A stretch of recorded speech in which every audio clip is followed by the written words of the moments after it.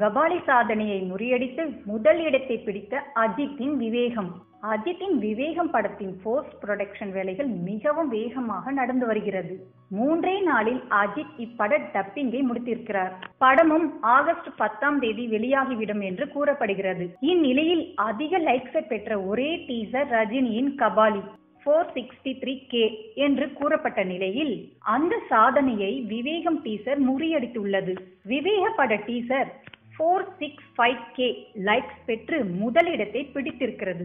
இந்த சந்தோஷத்தை கொண்டாடும் வகையில் ரசிகர்கள் விவேகம் மோஸ்ட் லைக்டு தமிழ் டீசர் என்ற டாக்கை கிரியேட் செய்து ட்ரெண்ட் செய்து வருகின்றனர். மேலும் இது போன்ற பல சுவாரஸ்யமான செய்திகளை அறிய வி டாக்கீஸ் சேனலில் லைக்ஸ், கமெண்ட்ஸ் மற்றும் சப்ஸ்கிரைப் பண்ணுங்க.